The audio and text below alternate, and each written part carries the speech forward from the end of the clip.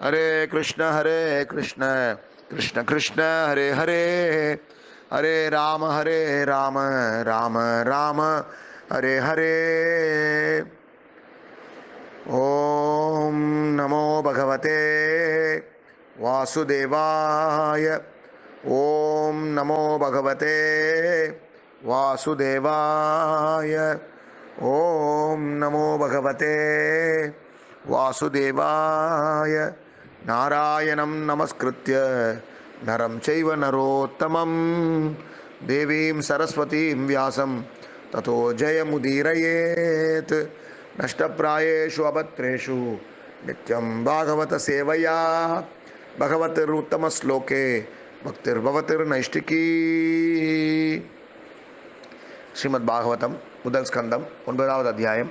இன்றைக்கி நம்ம பார்க்க போகிற ஸ்லோகங்கள் 8, 9, 10 3 ஸ்லோகங்கள் பார்க்க போகிறோம். இதுக்கு முன்னாடி என்ன பார்த்தோம் அப்படின்னா, யுதிஷ்டிர மகாராஜன், கிருஷ்ணர், வியாசதேவர் இவர்களெல்லாம் கூட்டுண்டு மரணப்படுக்கையில், குருக்ஷேத்திர போர்க்களத்தில் மரணப்படுக்கையில் இருக்கக்கூடிய தனது பாட்டனாரான பீஷ்மதேவரை தரிசிக்க சென்றார்.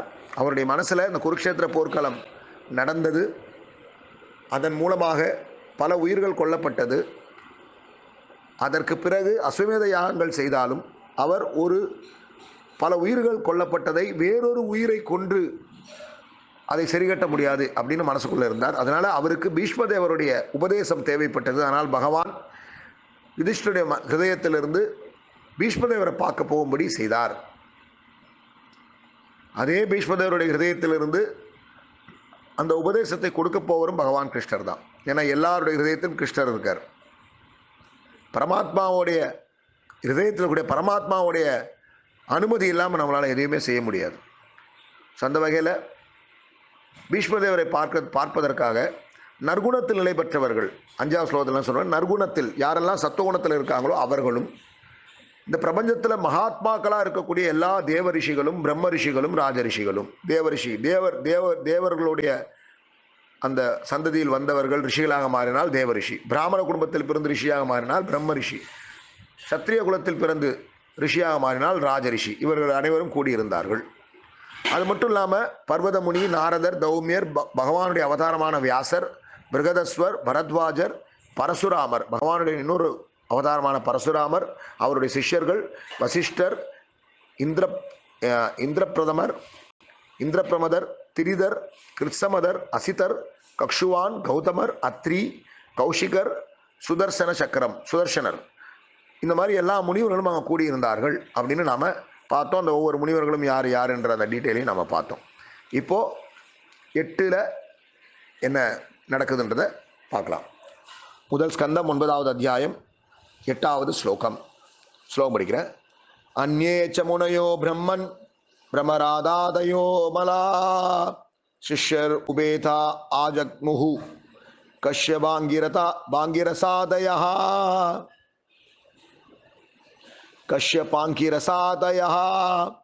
ஸ்லோகத்துக்கு மொழிபெயர்ப்பும் பொருளுரையும் வழங்கியவர் அகில உலக கிருஷ்ண பக்தி இயக்கத்தின் ஸ்தாபக ஆச்சாரியர் ஜெகத்குரு ஸ்ரீல பிரபுபாதர். மொழிபெயர்ப்பு: மேலும் சுகதேவ கோஸ்வாமியும் தூய்மை அடைந்த மற்ற ஆத்மாக்களும் கஷ்யப்பரும் ஆங்கிரசரும் இவர்களை போன்ற மற்றும் பலரும் முறையே அவரவர் சீடர்களால் சூழப்பட்டவாறு அங்கு வந்து சேர்ந்தனர். இப்போ இதுக்கு முன்னாடி சொன்னவர்களை தவிர வேற யார் வரா? சுகதேவ கோஸ்வாமியும் தூய்மை அடைந்த மற்ற ஆத்மாக்களும் கஷ்யப்பரும் ஆங்கிரசரும் இவர்களை போன்ற மற்றும் பலரும் முறையே அவரவர் சீடர்களால் சூழப்பட்டவாறு அங்கே வந்து சேர்ந்தனர். பலர் வந்தாங்கன்னு குறிப்பிட்டாலும் அதில் முக்கியமாக 3 பேரை குறிப்பிட்டார். சுகதேவ கோஸ்வாமி, கஷ்யப்பர், ஆங்கிரசர், 3 பேர். சுகதேவ கோஸ்வாமி யார் அப்படின்னு பார்த்தீங்கன்னா, வியாசதேவருடைய புத்திரர். வேதத்தை 4ஆக பிரித்தவர் அவர் தான். 17 புராணங்கள் அவர் எழுதினா அவருடைய தந்தையான பராசரர் வந்து விஷ்ணு புராணத்தை எழுதினார். இப்படி இலக்கிய அவதாரமாக, பகவானுடைய சக்தியாவேஷ அவதாரமாக வியாசதேவர் இந்த பூ உலகில் அவதரித்தார். அவருடைய மகன் தான் சுகதேவ கோஸ்வாமி. 16 வருஷம் வயிற்றில் கருவுற்று 16 வருஷம் அவர் இந்த உலகத்துக்கே வரல. வயிற்றில் இருக்கும்போதே ஆத்மஞானியாக இருந்தார். அப்போ அவர் இந்த உலகத்தில் பிறந்த, நம்ம இதுக்கு முன்னாடி சரித்திரத்தில் பார்த்தோம், அவர் பிறந்த உடனே அவர் வந்து எல்லாத்தையும் விட்டுட்டு காட்டுக்கு போயிட்டார்.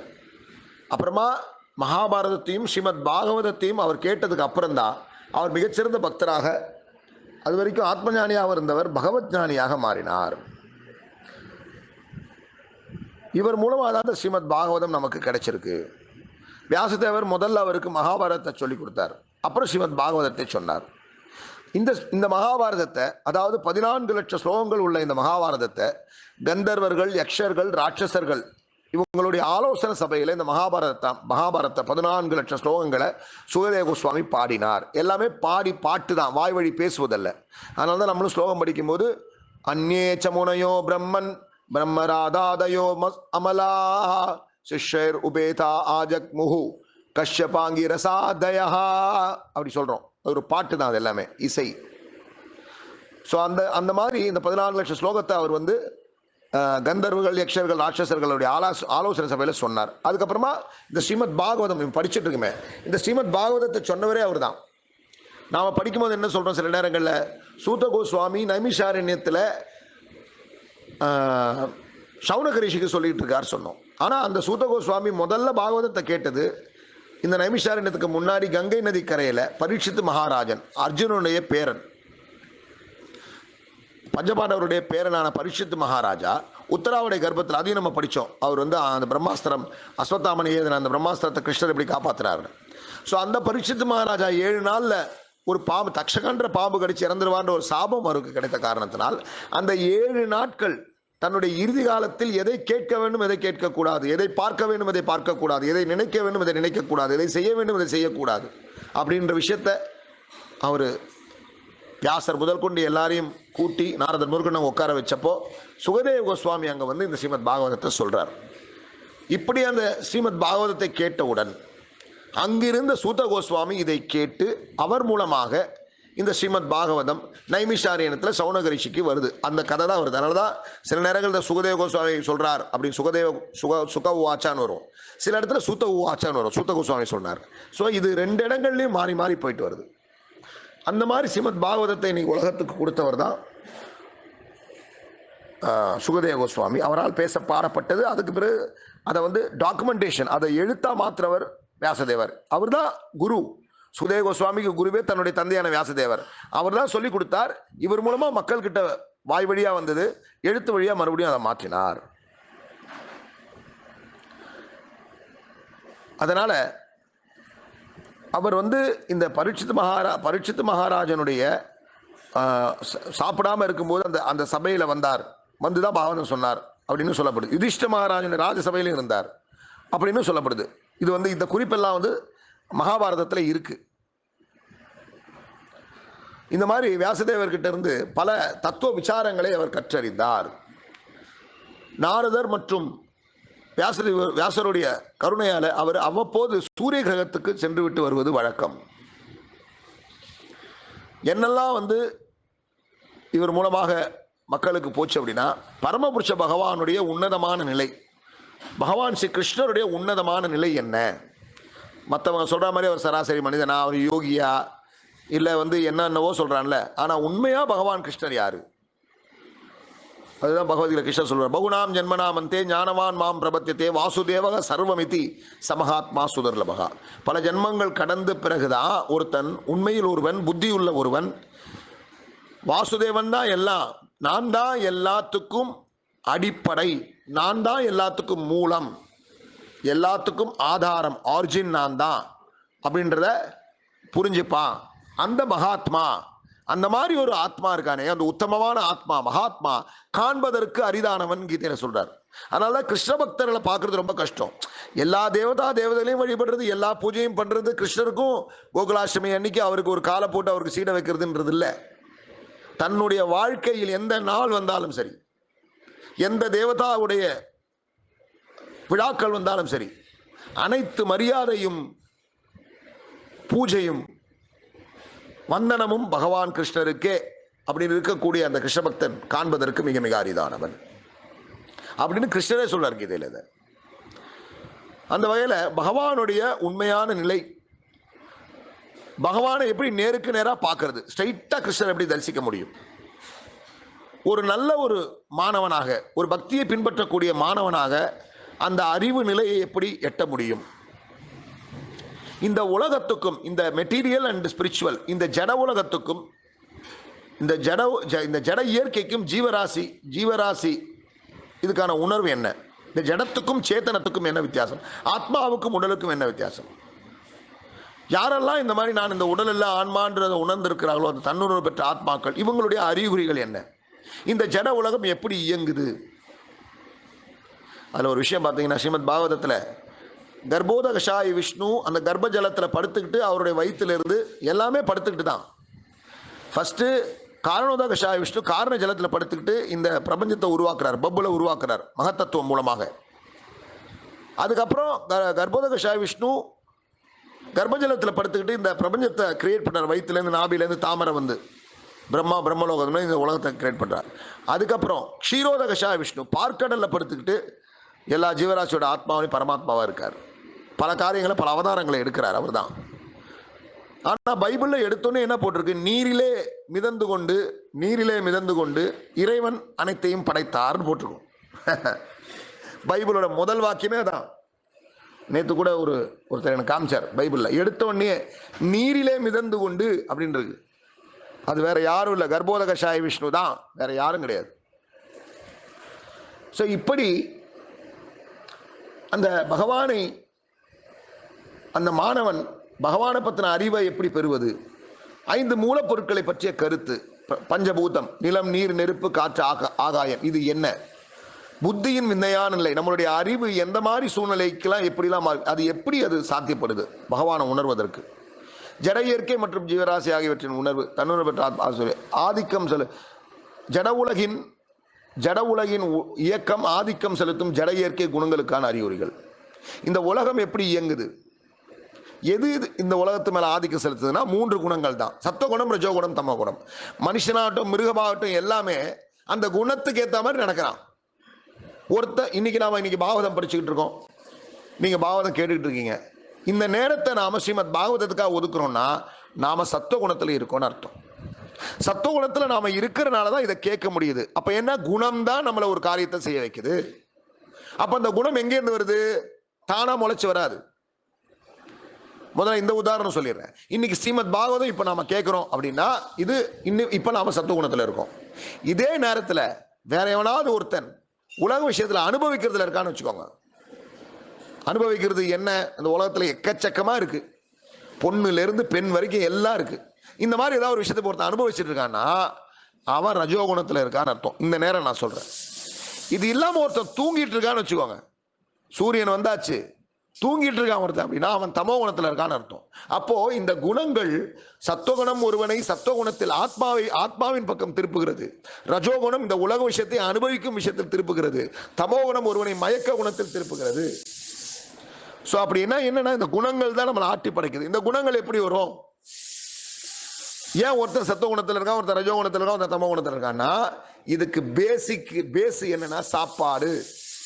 நீ என்ன பொருளை உள்ள வைத்துக்குள்ள போடுறியோ அது உனக்கு சக்தியா மட்டும் மாறாது, குணமாகவும் மாறும். அதனால கீதையில கிருஷ்ணர் சொல்றாரு, சாத்விகமான உணவை சாப்பிடணும். அப்படின்னா சாத்விகமான உணவை சாப்பிடணும்னா உப்பு காரெல்லாம் கம்மியாக பண்ணி நம்மளே சமைச்சு சாப்பிட்றது இல்லை. அப்போ கிருஷ்ணன் என்ன சொல்ற கீதையில, நீ எவன் ஒருத்தர் தன்னுடைய நாக்கின் சுவைக்காக உணவை சமைக்கின்றானோ அவன் பாவத்தையே உண்கின்றான்றார்.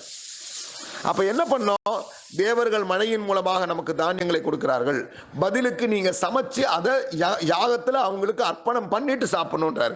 எங்க போய் யாகம் பண்றது? எந்த பிராமணனை தேடுறது? கலிகாலத்துல யார் ஆத்மார்த்தமா செய்யறா? அமௌண்ட் இல்லாம யாரும் செய்ய மாட்டாங்க. அப்போ இந்த கலியுகத்தில் அந்த யாகம் மூலமா பண்ண முடியாது. அப்ப எந்த யாகம் மூலமா பண்ணலாம்? சங்கீர்த்தன யாகம் மூலமாக பண்ணலாம். ஹரிநாம சங்கீர்த்தனம் சொல்லலாம். பகவான் கிருஷ்ணருக்கு கிருஷ்ண கீதையில பத்திரம் புஷ்பம் பலம் தோயம் அப்படின்றாரு. எனக்கு நீ ஒரு இலை பூ பழம் கொஞ்சம் தண்ணி கொடு, நான் திருப்தி ஆயிடுறேன். கிருஷ்ணருக்கு நாம சமைச்ச உணவை வச்சு அவருக்கு நைவேத்தியம் பண்ணா, கிருஷ்ணர் வேருக்கு தண்ணி விட்டா எப்படி கிளைகள் இலைகள் பூ பழத்துக்கெல்லாம் சக்தி போதோ அந்த மாதிரி கிருஷ்ணருடைய உடம்புல 33 கோடி தேவர்களும் இருக்காங்க. எல்லாருமே பகவானுடைய சேவகர்கள். கிருஷ்ணர் திருப்தி ஆயிட்டாரு, எல்லாம் திருப்தி ஆயிட்டாங்கன்னு அர்த்தம். ஒரு கேபினெட் மினிஸ்டர் ஒரு 12 பேர் இருக்காங்கன்னு வச்சுக்கோங்க. சென்ட்ரல் மினிஸ்டர் இல்லை ஸ்டேட் மினிஸ்டர், தனித்தனியாக ஒவ்வொரு மினிஸ்டரையும் நீ போய் நீ சாட்டிஸ்ஃபை பண்ணணும்னு அவசியம் இல்லை. நீ சீஃப் மினிஸ்டரையோ பிரைம் மினிஸ்டர் சாட்டிஸ்ஃபை ஆக்கிட்டீங்கன்னா அவங்களுடைய ஆளாக நீங்கள் மாறிட்டீங்கன்னா கீழே இருக்கிற எல்லா மினிஸ்டரும் உங்களுக்கு சல்யூட் அடிப்பான். சீஃப் மினிஸ்டருக்கு ரொம்ப க்ளோஸ் பவர், பிரைம் மினிஸ்டருக்கு ரொம்ப க்ளோஸ் பா, அவர் விஷ் பண்ண அவருக்கு அப்படின்வாங்க. ஆனால் நீங்கள் உங்களுக்கு சீஃப் மினிஸ்டர் பிரைம் மினிஸ்டர் பழக்கம் இல்லைன்னா நீங்கள் வந்து மினிஸ்டர் இல்லை, மினிஸ்டரோட பியூன் வரைக்கும் நீங்கள் சல்யூட் அடிக்கணும். கிருஷ்ண கீதை சொல்ல எனக்கு மேல யாருமே கிடையாதுன்றார். அப்ப என்ன சொல்ற, எனக்கு நீ பக்தி பண்ணி எல்லா தர்மத்தையும் தூக்கி போடு, சர்வ தர்மான் பரித்யஜ்ய, நீ எல்லாத்தையும் தூக்கி போடு, நீ கவலைப்படாத. இந்த உலகத்துல 1000 விஷயத்தை நான் பகவத்கீதையில சொல்லிட்டேன், வேதத்துல எக்கச்சக்கமா இருக்கு, எதை பத்தி கவலைப்படாத. நீ என்ன பண்ணணும், எனக்கு சரணாகதி அட, மாமேக்கம் சரணம் ரஜ, எனக்கு நீ சரணாகதி அட, என்கிட்ட சரண்டர் ஆயிடு. இப்ப மற்றவங்ககிட்டலாம் நீ சரண்டர் ஆகாதனால, மற்றவங்களுக்குலாம் நீ பூஜை பண்ணாதனால உனக்கு என்னெல்லாம் பாவங்கள் வருமோ அதுல நான் உன்னை காப்பாத்துறேன், பயப்படாதன்றார். நீ மற்ற மினிஸ்டர்ஸ் எல்லாம் நீ வந்து திருப்தி பண்ணாம நீ என்ன மட்டும் திருப்தி பண்ற, மற்றவங்கலாம் கோச்சிப்பாங்களோ, சனீஸ்வரன் கோச்சிப்பாரோ, இல்லை மற்ற தேவதைகள் கோச்சிப்பாங்களோ, நவகிரகங்கள் கோச்சிப்பாங்களோ, கவலைப்படாத, நான் இருக்க உனக்கு, நீ கவலைப்படாத, யாரும் உன்னை ஒன்றும் பண்ண முடியாதுன்றார். ஆனால் அந்த நம்பிக்கை நமக்கு வர மாட்டேங்குது. கீதையில கிருஷ்ணர் ஸ்ட்ரைட்டா சொல்லிட்டாரு, என்ன மட்டும் நீ சரணாகதி, மாம் ஏக்கம்ன்றாரு. மாம்னா நான், ஏக்கம்னா மட்டும், தெளிவா சொல்றாரு. எனக்கு சரணாகதி இடம் கூட சொல்ல, எனக்கு மட்டும்ன்றாரு. ஆனால் நமக்கு நம்பிக்கை இல்லை. நாம் ஒவ்வொரு தேவதையும் நாம் திருப்திப்படுத்தி தான் இருக்கோம். அது தப்பு இல்லை, அப்படி பண்ணுறோம், பண்ணுங்க. ஆனால் உங்கள் மனசில் என்ன தோணணும், இந்த தேவதையெல்லாம் பகவான் கிருஷ்ணருடைய பிரதிநிதிகள்னு நம்ம நினைக்கணும்.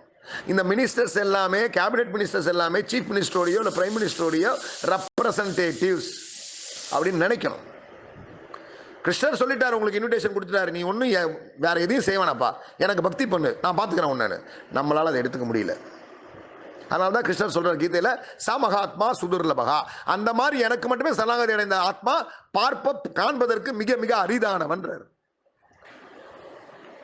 ஸோ அந்த வகையில் பகவானுடைய உண்மையான நிலை என்ன, இந்த சத்துவகுணம், ரஜோகுணம், தமோகுணம், இந்த 3 குணங்கள் தான் நம்மளை ஆட்படுத்துதுன்னா நாம் சாப்பிட்ற சாப்பாடு தான் ரொம்ப முக்கியம்.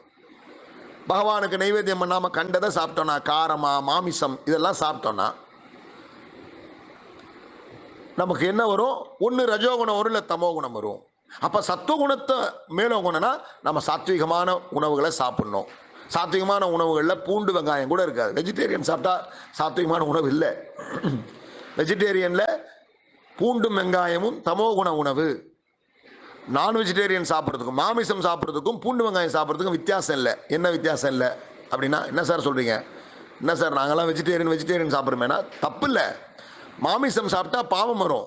மாமிசம் அப்படின்னா மாம் இம்சம், நான் இந்த ஜென்மத்தில் உன்னை இம்சம் பண்ணுறேன், அடுத்த ஜென்மத்தில் நீ என்னை இம்சம் பண்ணு, அது பாவம்.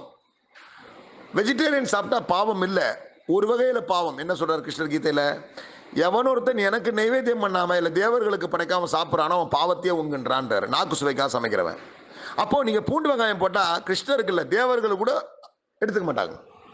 நீங்க தேவர்களுக்கு படைக்க வேண்டும் என்றாலும், நீங்க முருகருக்கு படைங்க, இல்லை வந்து விநாயகருக்கு படைங்க, இல்லை வந்து நீங்க நவகிரகங்களுக்கு படைங்க, இல்லை யாருக்கு சூரிய தேவனுக்கு படைங்க, யாருக்கு வேணா படைங்க, பூண்டு வெங்காயம் வச்சு நீங்க படைச்சிங்கன்னா அது தமோ குணம், அதை ஏற்றுக்கொள்ள மாட்டார்கள்.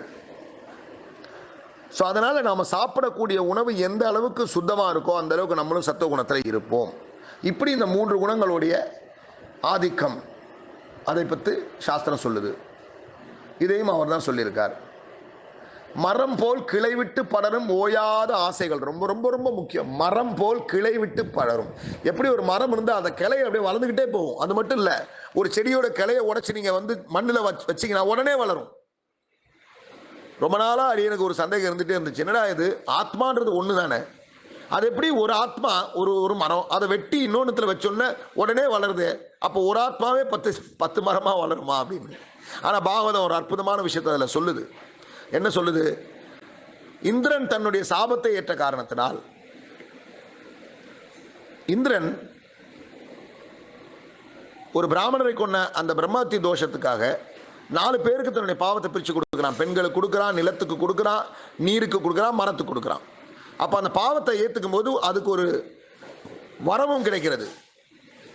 அந்த வரம் என்ன அப்படின்னா, இந்த மாதிரி ஒரு செடியை உடைச்சி ஒரு கிளையை உடைச்சி வச்சிங்கன்னா உடனடியாக இன்னொரு ஆத்மா அதில் வந்து விடும், அப்போ அது வளர ஆரம்பிக்கும். இதுதான் கதை. சில இடங்களில் கிளையை உடைச்சி வச்சு அது அப்படியே வளராமல் அப்படியே காஞ்சி போனால் ஆத்மா வரலன்னு அர்த்தம், அவ்வளோதான். ஸோ கிளையை வச்சு வெட்டி வெட்டி வெட்டி நீங்கள் மண்ணில் நட்டிங்கன்னா புது புது ஆத்மாக்கள் அதில் சேர்ந்து மரம் வளரும். பாவம் என்ன? அந்த மரத்துலேருந்து வரக்கூடிய அந்த அமிலம் மாதிரி வரக்கூடிய அந்த கெமிக்கல், இந்த ரப்பர்லாம் வருது பாருங்கள், கல் வருது, கல்லுலாம் பாவம். அதனால தான். ஸோ இதெல்லாம் பாவத்தின் அடையாளமாக இருக்குது. இந்த மாதிரி ஒரு மரத்துடைய கிளைகள் எப்படி பரதோ அந்த மாதிரி ஓயாத ஆசைகள், இதிலிருந்து நாம் எப்படி விடுபடுவது? இந்த மாதிரி விஷயங்கள் தான் சுகதேவ கோஸ்வாமி சொல்லியிருக்கார். அந்த வகையில் இந்த சுகதேவ கோஸ்வாமிக்கு அரணேயர், அருணிசூத்தர், வயாசகி, வியாசாத்மஜர் இந்த மாதிரி பெயர்கள்லாம் இருக்குது. அடுத்து கஷ்யப்பர். கஷ்யப்பர் யாருன்னு பார்த்தீங்கன்னா பிரஜாபதிகளில் ஒருத்தர். பிரஜாபதி அப்படின்னா என்ன? பிரஜாபதி கேட்டு, பிரஜாபதியோடைய வேலை என்ன தெரியுங்களா? பிரஜாபதி அப்படின்னா பிரஜைகளை உருவாக்கக்கூடியவர். நிறைய குழந்தைகளை பெற்று பிரஜைகளை, பாப்புலேஷனை இன்க்ரீஸ் பண்ணுறதுக்காகவே பிரம்மா மூலமாக படைக்கப்பட்டவர் தான் அவர். பிரம்மாவுடைய மகன் மரிச்சியுடைய மகன் தான் இவர். பிரம்மாவுடைய மகன்களை நாரதர் ஒருத்தர். நாரதர் என்ன சொல்லிட்டார்? இல்லை நான் பிரஜைகளை பெற்றுக்க மாட்டேன், நான் கல்யாணம் பண்ணிக்க மாட்டேன், நான் நைஷ்டிக பிரம்மச்சாரியா இருக்குன்னு போயிட்டார். அதே மாதிரி சனத்குமாரர்கள் 4 குமாரர்கள், அவர்களும் திருமணத்தில் ஈடுபாடு இல்லைன்னு போயிட்டாங்க. ஆனால் பல பேர் இருந்தாங்க. மரிச்சி, அங்கிரா, இவங்கெல்லாம் பிரம்மாவுடைய புத்திரர்கள் தான். இவங்களோட முக்கியமான வேலை என்ன பிரம்மா கொடுத்தாருன்னா, திருமணம் செய்து நிறைய குழந்தைகளை பெற்றுக்கொள்ள வேண்டும். உடனே சும்மா கல்யாணம் பண்ணி அன்னைக்கே ஃபர்ஸ்ட் நைட்டு மறுநாள் காலைல அதெல்லாம் கிடையாது. அவர்கள் திருமணம் செய்து கொள்வதற்கு முன்பு பல ஆண்டுகள் தவம் இருந்தார்கள். தவம் இருந்து பகவானை தரிசனம் பண்ணி பகவானுடைய ஆகியத்துக்கு ஏற்ற மாதிரி தான் ஒரு பெண்ணை தேர்ந்தெடுத்து திருமணம் செய்வார்கள், சும்மா இல்லை. அந்த மாதிரி இந்த பிரஜாபதியான கஷ்யப்பர் இருக்காரு. இந்த கஷ்யப்பருக்கு பல 13 மனைவிகள். அதாவது யாருன்னா தக்ஷன் ஒருத்தர், நம்ம கேள்விப்பட்டிருப்போம், சிவபெருமானுடைய மாமனார் ஆக்சுவலாக தக்ஷன். அந்த தக்ஷன் எப்படின்னா அவரும் பிரஜைகளை உருவாக்கக்கூடிய பிரஜாபதி. அவருடைய 60 பெண்கள் அவருக்கு. அதில் 13 பெண்களை கஷ்யப்பருக்கு திருமணம் செய்து கொடுத்தார். அதில் அதிதி, திதி, இவங்க 2 பேரும் ரொம்ப விசேஷமானவர்கள். அந்த அதிதியின் மூலமாக பிறந்தவர்கள் தான் ஆதித்யர்கள், அவங்க தான் தேவர்கள். திதியின் மூலமாக பிறந்தவர்கள் தான் தைத்தியர்கள், அசுரர்கள், இரண்யகசிபு, இரண்யாக்ஷன், இவங்கெல்லாம் அந்த குலத்தில் வந்தவங்க. இந்த தேவர்கள் பிறந்தார்கள் அதித்தியோட குலத்தில். அந்த அதித்திக்கும் கஷ்யப்பருக்கும் பிறந்தவர் தான் வாமன தேவர். பலி மகாராஜன் கிட்ட தன்னுடைய ஆட்சியை பிடித்தார் அவர். இந்த மாதிரி பிரஜாபதியாக இருக்கக்கூடிய இவர் 12 ஆதித்யர்கள் பிறந்தாங்க இவருக்கு. இன்னொன்று, இந்த பரசுராமர் இருக்காரு. இந்த பரசுராமர் முழு உலகத்தின் 21 முறை சண்டை போட்டு சத்திரியர்கள்ட்ட தோக்கடிச்சு முழு உலகத்தையும் கையில் வச்சிருந்தார். அவர் மறையறதுக்கு முன்னாடி இந்த உலகத்தை கஷ்யப்பர்கிட்ட தான் கொடுத்துட்டு போனார். கஷ்யப்பருடைய வேண்டுகோள் படி தான் அவர் பரசுராமன் இந்த உலகத்தை விட்டே மறைந்தார். இல்லைன்னா எல்லா சத்திரியர்களையும் கொண்டு இருப்பார் அவர். இவருக்கு அரிஷ்டநேமி அப்படின்னு இன்னொரு பேரும் இருக்கு. இவர் இந்த பிரபஞ்சத்தோடைய வடக்கு திசையில் இருக்கார் அப்படின்னு குறிப்பிடப்பட்டிருக்கு. அடுத்து அங்கிரசர் யாருன்னா அங்கிரா மகரிஷியோடைய புதல்வர். இவரும் ஒரு பிரகஸ்பதி தான். இவர் தேவர்களுடைய புரோகிதர். எல்லாருக்கும் நான் சொன்ன என்னத்தை பேசுவோம், ஒரு குல புரோகிதர்கள் இருப்பாங்க, அவங்களுக்கு ஒரு புரோகிதர் இருப்பாங்க, அவங்க தான் நல்லது கெட்டதை செய்வாங்க, பல காரியங்கள். இவர் தான் துரோணாச்சாரியருடைய அவதாரம் சொல்லப்பட்டிருக்கு.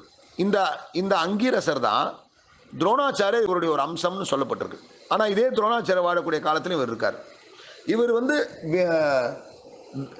விண்வெளியில் பிரயாணம் செய்ய முடியும்னால அப்பப்போ பிரம்மலோகம், இந்திரலோகம்லாம் போயிட்டு வருவார். அசுரர்களை எப்படி ஜெயிக்கணுன்ற ஆலோசனையை சொர்க்கராஜனுக்கு கொடுத்துட்டே இருப்பார். ஒரு தடவை சொர்க்கராஜன் இவர்கிட்ட அபச்சாரப்பட்டுட்டார். அங்கிரசர்கிட்ட சொர்க்கராஜன்னா இந்திரன், தேவேந்திரன். அவர் அபச்சாரப்பட்டனால சபிச்சிட்டார், நீ பன்றியா பிறக்கணும்னு சபிச்சிட்டார். அதில் ஒரு விசேஷமான சரித்திரம் என்னன்னா, இந்திரன் பன்றியா பிறந்துட்டார். அவர் மறந்தே போயிட்டார் தான் இந்திரன் பன்றியா பிறந்தார். பன்றி எக்கச்சக்கமான குட்டிகளை பெற்றுக்கிட்டு அப்படியே சாக்கடையிலே வாழ்ந்துட்டு இருந்தார். இப்போ அவருடைய காலம் முடியுது, அந்த சபித்த காலம். இப்போ தேவர்கள் சொல்றாங்க, இந்திர மகாராஜனே வாருங்கள், உங்களுக்காக அரசாட்சி காத்து கொண்டிருக்கிறது, வாருங்கள். அப்போ அவர் சொல்றாரு, அரசாட்சியும் வேணாம், ஒன்றும் வேணாம், நான் என்னடா இந்திரன், எனக்கு அதெல்லாம் வேணாம், நான் இங்கே சாக்கடையில் என்னுடைய மனைவிகளோட குட்டிகளோட நான் சந்தோஷமா இருக்கேன், என்ன கூப்பிடாதா. ஆச்சாரியர் சொல்றார், ஒரு பன்றி கூட தன்னுடைய உடலையும் உடைமையையும் விடுவதற்கு தயாராக இல்லை. சாக்கடையில் துர்நாற்றம் பிடித்த இடத்தில் குட்டிகளை பெற்று கொண்டு வாழக்கூடிய அந்த பன்றி கூட தன்னுடைய இந்த நிலையை விட தயாராக. எந்த நிலைக்கு? சொர்க்கத்துக்கே உன்னை ராஜனாக்குறேன் வா. பன்றியோட நிலையில என்ன அனுபவிக்க முடியுமோ அதை விட பல மடங்கு அனுபவிக்க முடியும் உன்னால, தேவர்களா இருந்து வான்னு சொன்னா அதுக்கு தயாராக இல்லை. ஒரு அற்புதமான சரித்திரம். அப்புறம் அவரை புரிய வச்சுதான் அவரை கூட்டிட்டு போறாங்க. அந்த மாதிரி இந்த அங்கிரசர் தான் கொடுத்த சாபத்தால் அவர் பிறந்தார் அப்படின்னு கொடுக்கப்பட்டிருக்கு. 9வது ஸ்லோகம் என்னன்னு பார்க்கலாம். தான் சமேதான் மகாபாகான் உபலப்ய வசுத்தமஹா பூஜையாம் ஆச தர்மக்யோ தேசகால விபாகவித். ஸ்லோகத்துக்கு மொழிபெயர்ப்பும் பொருள் மனிதர் பக்தி வேதாந்த சுவாமி ஸ்ரீல பிரபுபாதர். மொழிபெயர்ப்பு: 8 வசுக்களிலும் மிகச் சிறந்தவரான பீஷ்மதேவர் காலத்திற்கும் இடத்திற்கும் ஏற்ப எல்லா மத கொள்கைகளையும் நன்கு அறிந்திருந்தார் என்பதால் அங்கு கூடியிருந்த புகழ்பெற்றவர்களும் சக்தி வாய்ந்தவர்களுமான ரிஷிகள் அனைவரையும் உபசரித்து வரவேற்றார். பீஷ்மதேவர் 8 வசுக்கள்ல ஒருத்தர் அப்படின்னு இங்க குறிப்பிடப்படுது. அதுல மிகச் சிறந்தவர் அந்த 8 வசுக்கள்ல பீஷ்மதேவர். இப்படி காலத்திற்கும் இடத்திற்கும் ஏற்ப எல்லா மத கொள்கைகளையும் நன்கு அறிந்தார். கால தேச கால விபாகவித்துன்னு சொல்லப்பட்டது. தேசத்திற்கும் காலத்திற்கும் ஏற்றால் போல் கருத்துக்கள் மாறாது, அதை கருத்துக்கள் கொடுக்கக்கூடிய முறை மாறும். உதாரணத்திற்கு ஜெகத்குரு ஸ்ரீல பிரபுபாதர் எடுத்துக்கிட்டீங்கன்னா, பிரபுபாதருடைய குரு ஒரு மனிதன் ஒரு நாளைக்கு 64 மாலை ஜபம் பண்ணலன்னா அவன் மிருகன்ட்டார். ஜெகத்குரு ஸ்ரீல பிரபுபாதர் அகில உலக கிருஷ்ண பக்தி இயக்கத்தை ஸ்தாபகம் பண்ண, இஸ்கானை ஸ்தாபகம் பண்ண ஸ்ரீல பிரபுபாதருடைய குருநாதர் 64 மாலைகள் அப்படின்னா, ஒரு மாலைன்னா 108 தடவை ஹரே கிருஷ்ண கிருஷ்ண கிருஷ்ண ஹரே ஹரே ராம ராம ராம ஹரே ஹரே. இந்த மந்திரத்தை யார் ஒருத்தன் 108 × 64 தடவை பண்ணலன்னா அவன் மிருகன்ட்டார். இதை பிரபுபாதர் செஞ்சார். ஆனா பிரபுபாதர் தன்னுடைய சிஷ்யர்களுக்கு 16 மாலை ஜபம் பண்ணா போதுன்ட்டார். அப்படின்னா 108 × 16. ஏன்னா இந்த சூழ்நிலையில அவருடைய குருநாதர் சொல்லும்போது அது 1930s 1932 அவர் அந்த காலத்தில் வாழ்ந்தார் அவர். ஆனால் பிரபுபாதர் வாழ்ந்த காலம் 60s 70s. அப்போ யாராலையும் 64 மாலை ஜபிக்க முடியாது. ஏன்னா 64 மாலை ஜபிக்கணும்னா கிட்டத்தட்ட அது 8 மணி நேரம் ஆகும். எங்க எல்லாரும் வேலைக்கு போனோம். அதனால பிரபுபாதர் அதை மாற்றி அமைத்தார். 16 மாலை ஜபம் பண்ணு, சின்சியரா பண்ணு, மினிமம் குறைந்தபட்சம் பண்ணு. இப்படி பல விஷயங்களை தேசத்திற்கும் காலத்திற்கும் ஏற்றாற் போல் மாற்றி அமைத்தார். ஏன்னா அவர் அமெரிக்காவில் தான் அகில கிருஷ்ண பக்தி ஏற்ற ஆரம்பித்தார். இங்கே இருக்கக்கூடிய இந்தியர்களுக்கு சொன்னார், எவனும் ஏற்றுக்க தயாரா இல்லை. புரிஞ்சுக்கிட்டார், நீங்கள் எல்லாம் அமெரிக்காக்காரனை ஃபாலோ பண்ணுறீங்க. உதாரணத்துக்கு இங்கே இருக்கக்கூடிய சில மொழி கட்சிகளை வைத்துக் கொள்கிறவர்கள் மொழின்னு பேசுவான். ஆனால் அந்த தன்னுடைய இனம் என்று பேசுவான். அந்த இனத்துக்கான உடையை போட்டுக்க மாட்டான். அவன் போட்டுக்கிற ட்ரெஸ் எல்லாம் அமெரிக்கனுடைய ட்ரெஸ்ஸு. ஜீன்ஸ் போட்டுப்பான், டிஷர்ட் போட்டுப்பான், சட்டை போட்டுப்பான். ஆனால் எங்கள் இனம், எங்கள் மொழி. நீ போட்டிருக்கிறது ஜீன்ஸ் சட்டை, அதுனா நம்ம தமிழனுடைய சட்டையா? நீ என்ன பண்ணுற? நீ அமெரிக்காக்காரனை ஃபாலோ பண்ணுற. அதனால பிரபுபாதர் என்ன சொன்னார், நீங்கள் நான் சொன்னால் புரிஞ்சிக்க மாட்டீங்க, நீங்கள் இங்கிலீஷ்காரன் சொன்னதான் புரிஞ்சுப்பான்னு அமெரிக்காவுக்கு போய் முதல்ல அமெரிக்காவில் அவர் கிருஷ்ண பக்தியை கொண்டு வந்தார். அப்போ தேச காலத்துக்கு ஏற்ற மாதிரி பல விஷயங்களை அவர் புதுப்பித்தார், எந்த விதமான குளறுபடியும் இல்லாமல். இப்படி கால நேரத்துக்கு ஏற்றால் போல் சாஸ்திரத்தின் நியமங்கள் மாறுகின்றது. இதெல்லாம் புரிஞ்சுக்காம மடையர்கள் கோடான கோடி வருஷங்கள் பிறப்பதற்கு முன்னால் பிரஜாபதிகளில் ஒருவரான மனு எத்தனையோ வருடங்களுக்கு முன்னால் பிறந்த அந்த மனு தர்மத்தை இன்னைக்கு வச்சு அவன் கம்பேர் பண்ணிட்டு இருக்கான் மடையன். என்ன சூழ்நிலை, என்ன இன்னைக்கு என்ன நடக்குது, இதெல்லாம் புரிஞ்சுக்காம இவர் என்னமோ மனு தர்மத்தால் இன்னைக்கு உலகமே கெட்டு போயிட்டனாலையும் மனு தர்ம பிரகாரம் தான் இன்னைக்கு தமிழ்நாட்டில் எல்லாரும் ஃபாலோ பண்ணுற மாதிரி ஒரு மடையன் பேசுகிறான். அவனுக்கு தெரியாது எந்த காலகட்டத்தில் என்னெல்லாம் இருக்குன்னு. ஸோ அந்த வகையில் இந்த தேச காலத்துக்கு ஏற்றாற் போல் மத கொள்கைகளை எப்படி செய்யணுன்றது நன்கு அறிந்திருந்தார் பீஷ்மதேவர். அவரை சுற்றி யாரெல்லாம் புகழ்பெற்றவர் வந்தாங்களோ சக்திவான், அவங்களெல்லாம் ரொம்ப கரெக்டாக உபசரித்தார். இப்போ அவருக்கு மற்றவங்கள மாதிரி எழுந்து போய் வாங்கின வணக்கம் பண்ணி வர வைக்க முடியாது. ஏன்னா அவருடைய உடல்நிலை சரியில்லை. அவர் மரணப்படுக்கையில் படுத்துட்டு இருக்காரு, அம்பு படுக்கையில். அப்போ என்ன பண்ணுறாரு, என்ன இங்கே ஆச்சாரியர் சொல்கிறாருன்னா, ஒருத்தன் மனசால ஒருத்தரை வரவேற்கலாம், செயலால் வரவேற்கலாம், வாக்கால் வரவேற்கலாம். செயலால் போய் நின்று வாங்க வணக்கம் போட்டு கூப்பிட்டு வரலாம். இல்லை அது மனசால வாங்கன்னு நினைக்கலாம், இல்லை வார்த்தையால் வாங்கன்னு அன்பா கூப்பிடலாம். இப்போ பீஷ்மாச்சாரியர் என்ன பண்ணார், வார்த்தைகளால் அவர்களை வரவேற்றார். 12 மகாத்மாக்கள் இருக்கிறார்கள், மகாஜனங்கள், 12 மகாஜனங்கள்னு பீஷ்மதேவர் சொல்லுது. இந்த 12 மகாஜனங்களில் மட்டும்தான் பகவானை உள்ளபடி ஏற்றுக்க முடியும். அந்த 12 மகாஜனங்களில் சிவபெருமான் இருப்பார், ரொம்ப முக்கியமானவர்.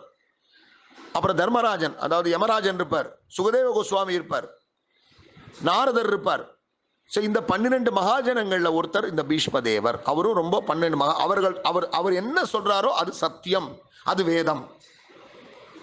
இப்படி 8 வசுக்களிலும் மிகச்சிறந்தவரான பீஷ்மதேவர் காலத்திற்கும் இடத்திற்கும் ஏற்ப எல்லா மத கொள்கைகளையும் நன்கு அறிந்திருந்தார் என்பதால் அங்கு கூடியிருந்த புகழ்பெற்றவர்களும் சக்தி வாய்ந்தவர்களுமான ரிஷிகள் அனைவரையும் உபசரித்து வரவேற்றார். இப்போ 10வது ஸ்லோகம் என்னன்னு பார்க்கலாம்.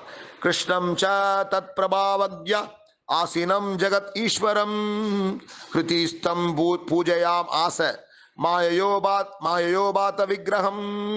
ஸ்லோகத்துக்கு மொழிபெயர்ப்பும் பொருளுரை வழங்கியவர் பக்திவேதாந்த சுவாமி ஜெகத்குரு ஸ்ரீல பிரபுபாதர். மொழிபெயர்ப்பு. பகவான் ஸ்ரீ கிருஷ்ணர் எல்லோருடைய இதயத்திலும் இருக்கிறார் என்ற போதிலும் அவரது அந்தரங்க சக்தியினால் அவருடைய தெய்வீக உருவத்தை அவர் தோற்றுவிக்கிறார். இதே பகவான் பீஷ்மதேவரின் முன் அமர்ந்திருந்தார். அவரது பெருமைகளை பீஷ்மதேவர் அறிந்திருந்தார் என்பதால் பகவானை அவர் தகுந்தபடி வழிபட்டார். எத்தனையோ ரிஷிகள் முனிகள் இருந்தாலும் இவங்களுக்கு எல்லாம் ஆதாரம் பகவான் கிருஷ்ணர். ஸோ பகவான் கிருஷ்ணர் எல்லாருடைய இதயத்தில் இருக்கார். நல்லவன் கெட்டவன் இதயத்தில் இல்லை, தீக்கா கட்சிக்காரன் சேர்ந்தவனோட இதயத்தில் இருக்கார் அவர். அந்த மாதிரி எல்லாருடைய இதயத்தில் இருக்கிறதுனால அவர் தன்னை எப்படி வெளிப்படுத்துறாருன்னா பகவானுடைய அந்தரங்க சக்தி. பகவானுக்கு 2 சக்தி இருக்கு, அந்தரங்க சக்தி, பகிரங்க சக்தி. பகிரங்க சக்தி தான் இந்த பிரபஞ்சம். பார்வதி தாயார், மாயாதேவி. பகிரங்க சக்தி. அந்தரங்க சக்தி யாருன்னா ஸ்ரீமதி ராதாராணி லட்சுமி தாயார். தன்னுடைய அந்தரங்க சக்தியான லட்சுமி தாயார் வழியாக அந்த ஆன்மீக முறையில் அவர் தன்னுடைய உருவத்தை பகவான் வெளிக்காட்டுகிறார். எல்லாருடைய இதயத்தில் இருக்கார். அவர் அந்தரங்க சக்தியினால் அவருடைய தெய்வீக உருவத்தை அவர் தோற்றுவிக்கிறார். இதே பகவான் பீஷ்மதேவரின் முன் அமர்ந்தார். பீஷ்மதேவர் மணி இதே பகவான் இருக்கார். இந்த பகவானை பார்க்கணும், அவரை பார்த்துக்கிட்டே பிராணனை விடணுன்றதுக்காக தான் மரணப்படுகையில காத்து கொண்டு இருக்கிறார். உண்மையை சொல்லணும்னா யுதிஷ்டர் மனக்குழப்பத்துக்கு அங்கே வர வேண்டியது இல்லை. இங்கே முக்கியம் கிருஷ்ணர் அங்கே வரணும். பீஷ்மதேவர் கிருஷ்ணரை பார்த்துக்கிட்டே தன்னுடைய பிராணனை விடணும் அப்படின்றது தான், இந்த உடலை விடணும் அப்படின்றதுக்காக தான் இந்த சம்பவமே நடக்குது. அதனால பகவான் ஸ்ரீ கிருஷ்ணர் எல்லோருடைய இதயத்திலும் இருக்கிறார் என்ற போதிலும் அவரது அந்தரங்க சக்தியினால் அவருடைய தெய்வீக உருவத்தை அவர் தோற்றுவிக்கிறார். இதே பகவான் பீஷ்மதேவரின் முன் அமர்ந்திருந்தார். அவரது பெருமைகளை பீஷ்மதேவர் அறிந்திருந்தார் என்பதால் பகவானை அவர் தகுந்தபடி வழிபட்டார் அப்படின்னு சொல்லப்பட்டிருக்கு. என்ன வழிபட்டார், யுதிஷ்டருக்கு என்னெல்லாம் உபதேசங்கள் கொடுத்தாருன்றது இனி வரக்கூடிய ஸ்லோகங்களை பார்க்கலாம். இன்றைய நாள் நல்ல ஒரு நாளாக அமையணும். ஹரே கிருஷ்ண மகாமந்திரத்தை சொல்லி நாளை தூங்கலாம். ஹரே கிருஷ்ண கிருஷ்ண கிருஷ்ண ஹரே ஹரே, ஹரே ராம राम राम हरे हरे. ग्रंथराज श्रीमद् भागवतम की जय. जगद्गुरु श्री प्रभुपाद की जय. गुरुदेव की जय. सर्वं श्री कृष्णार्पणमस्तु. ओम तत्सत.